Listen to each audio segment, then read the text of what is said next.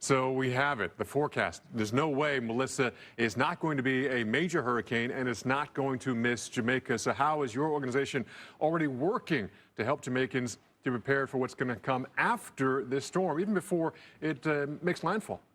Thank you for having us here. It's a quiet morning here in South Florida, home of the National Hurricane Center. We're certainly getting ready, preparing. We've gone through this before. Even though the next 36 hours are going to be very challenging for Jamaica, we are gathering relief supplies with the support of the Global Empowerment Mission.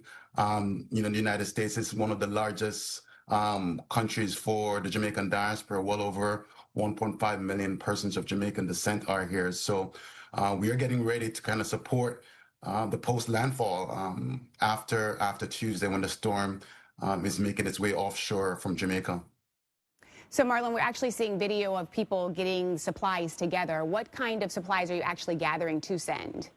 Well, what we're doing particularly, we are developing these family necessity kits. They're emergency kits that can feed a family of 2 for 4 days, non-perishable items, hydration packs, hygiene packets, and other items that will support a family to get them through those days after the landfall. Those items are going to be palletized, and we have a couple shipments ready to go to be delivered to Jamaica on the ground as soon as clearance is given by the governmental authorities.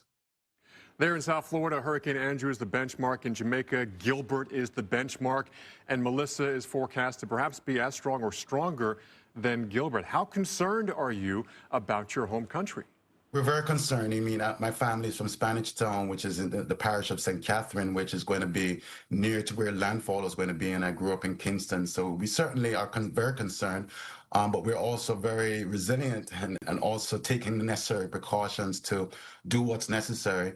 Those who are on the island, they know exactly what they need to be doing at this time. If they haven't yet secured shelter and secured themselves for the next 36 hours, because Melissa is moving so closely and so slowly, by the way. But we are fortunate not to be under a storm threat. So we have more resources, more time to organize ourselves. And it's very important that all Friends of Jamaica is going to need your help, not only with donations, but volunteer time and relief supplies after this storm passes. So please, reach out to us at gem.org.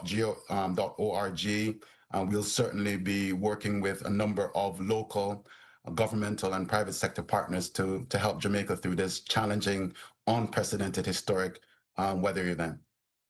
So, Marlon, Category 3 hurricanes are what Jamaica's been hit with before. This could be a Category 4. Do you think that Jamaica is prepared for it very quickly? They are definitely prepared for it and still preparing. Certainly no nation, whether you are the United States, South Florida, or the East Coast of the United States, can ever be prepared for a Category 4 or 5 storm. But we certainly are following the instructions of all the authorities to do what's necessary to secure life and property. All right, Marlon Hill with the organization Caribbean Strong. Thanks for being with us this morning.